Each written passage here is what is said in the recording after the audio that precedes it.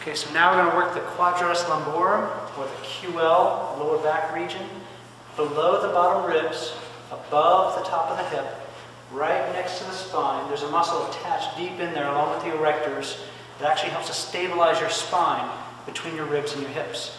If that QL doesn't work right, you can't move your hip and lower back properly because that muscle won't allow those bones to shift the way they need to. Your best option to use for this is tennis ball, lacrosse ball, trigger point massage ball. You can use the marble stones, cooled or heated, but I don't recommend it because putting this against the spine itself, not such a good idea. You don't want to damage the sacrum, the hip bone, the facets of your spine and so on. So don't use something quite so hard as this. Probably not your best idea. You would want to take something that's going to be a little more forgiving for the bony processes and ridges, such as the top of your hip, your iliac crest, such as your sacrum, the side little facets, lateral processes of the spine. So you want to make sure it's not have something that gives a little bit.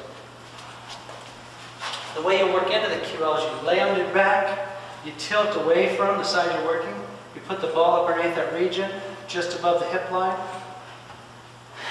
You lay back flat on your back, bend your leg to the side that you're not working, and you just gently tilt towards the side you're working. It's not a full tilt to your side, but just adding a little more pressure by shifting towards that side, putting pressure against the spine and the lateral aspect of the spine.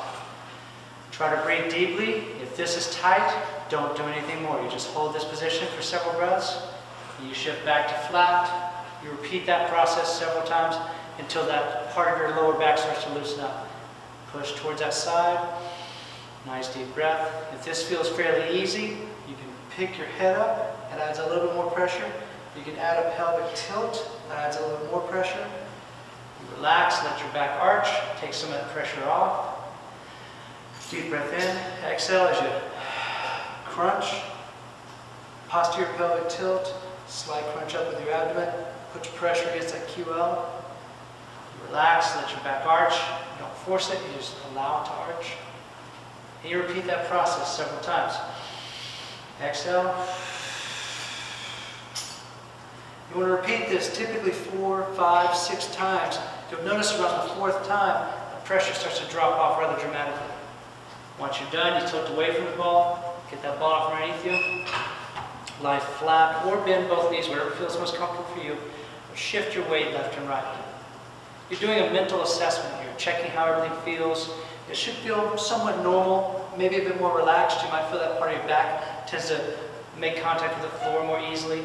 Just trying to relax and feel that everything's normal for that side. Once it feels normal, then you slowly make your way to your feet by getting to your knees first.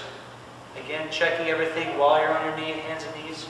Then you get to your knees themselves. Does everything feel fine in the back? Then you slowly make your way to your feet. Kind of shift your hips. If everything feels fine, take 5, 10 steps around. Lift one leg a little bit higher than necessary. Take a few steps. Lift the other leg. For the side you just worked, you should feel that the whole chain works better for hip flexion and for extension and holding you properly. You should feel less binding back here. If you do this regularly, your lower back will have better circulation, better strength and function. Work the front of your body as well, your hip flexors. Many people tend to go to the back, work their back, and work their back, and work their back, but they don't work the front, the hip flexors. Make sure you don't skip those. Work both sides, and they all start to work together pretty well. Good luck.